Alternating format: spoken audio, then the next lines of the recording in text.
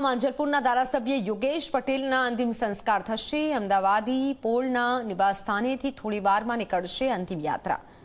ખાસવાડી સ્મશાનમાં અંતિમ સંસ્કાર કરવામાં આવશે। સરકારી સન્માન સાથે યોગેશ પટેલને અપાશે અંતિમ વિદાય। વડોદરા અત્યારે પહોંચ્યા છે નાયબ મુખ્યમંત્રી હર્ષ સંઘવી પહોંચ્યા છે અને તેઓ અંતિમ વિદાય આપી રહ્યા છે। તેઓની સાથે પ્રદેશ પ્રમુખ જગદીશ વિશ્વકર્મા પણ પહોંચ્યા છે।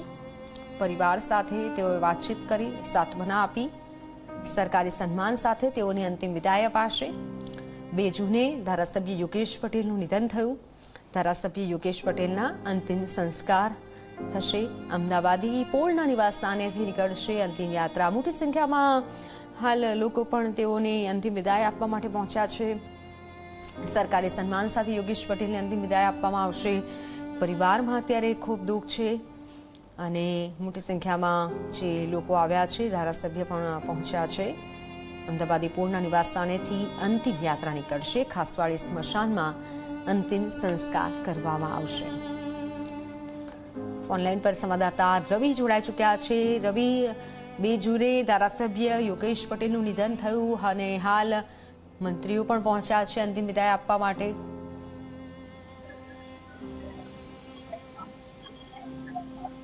બિલકુલ વાત કરવામાં આવે તો જે રીતના માંજલપુરના ધારાસભ્ય યોગેશ પટેલ કે જેઓ રાજ્યના સૌથી સિનિયર ધારાસભ્ય છે, તેમનું 2 જૂનના રોજ નિધન થયું અને નિધન થયા બાદ જે રીતના આજે તેમના નશ્વર દેહને તેમના નિવાસસ્થાનની બહાર અંતિમ દર્શન માટે મૂકવામાં આવ્યા છે। ખૂબ મોટી સંખ્યામાં તેમના સમર્થકો, તેમના શુભેચ્છકો, તેમના પારિવારિક મિત્રો અને પરિવારના સભ્યો અહીંયા દર્શન માટે પહોંચી રહ્યા છે અને તેવી રીતના ગુજરાતના પ્રદેશ ભાજપના પ્રમુખ જગદીશ વિશ્વકર્મા અને નાયબ મુખ્યમંત્રી હર્ષભાઈ સંઘવીએ પણ યોગેશ પટેલના નશ્વર તેના અંતિમ દર્શન કર્યા, શ્રદ્ધાંજલિ પાઠવી, પરિવારને સાંત્વના પાઠવી।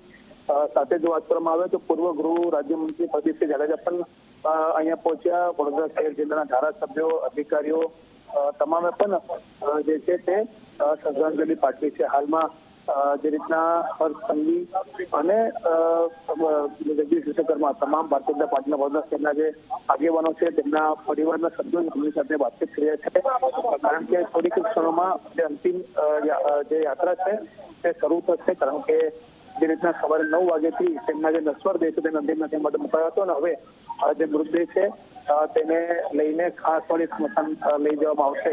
જે રીતના વાત કરવામાં આવે તો જે મૃતદેહ છે તેમને જે અંતિમ યાત્રા છે ત્યાંથી રાવપુરા ટાવર 4 રસ્તા, 4 રસ્તા અને ત્યાર પછી જો વાત કરીએ તો હોસ્પિટલ થઈને ખાસવાડી જે સ્મશાન છે ત્યાં તેમની જે અંતિમ યાત્રા છે તેને લઈ જવામાં આવશે।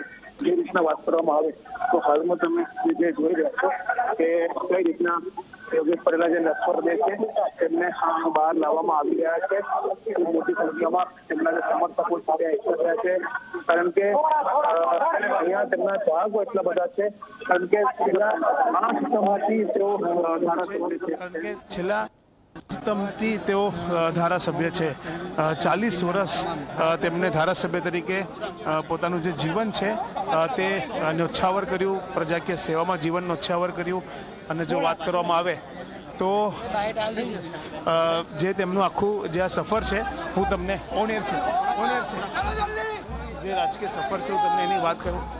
રાજકીય સફરની જો વાત કરવામાં આવે તો રાજકીય સફરમાં શરૂઆત તેમની વિદ્યાર્થી કાળથી રહી હતી અને તે દરમિયાન તેમને એક વિદ્યાર્થી હિત રક્ષક સમિતિની રચના કરી, તેમના સાથીદારોને તેમને જોડ્યા અને જે પ્રાઇવેટ સ્કૂલ છે વિદ્યાર્થીઓ પાસેથી વધારે ફીસ લીધી હતી તેના વિરોધમાં તેમણે આંદોલન છેડ્યું અને આંદોલન છેડીને જે સ્કૂલના સંચાલકો છે તેમને ઝુકાવ્યા અને સ્કૂલના સંચાલકોને મજબૂર કર્યા કે તેઓ પરત જે નાણાં છે તે વાલીઓને પરત કરે અને તે વખતે મની ઓર્ડરના મારફતે જે નાણાં છે તે વાલીઓને પરત કરવામાં આવ્યા હતા। અને હાલમાં જોઈ શકો છો કે કઈ રીતના અંતિમ યાત્રામાં પણ પ્રદેશ પ્રમુખ અને જે હર્ષ સંઘવી તે બંને જોડાઈ રહ્યા છે। પોલીસનો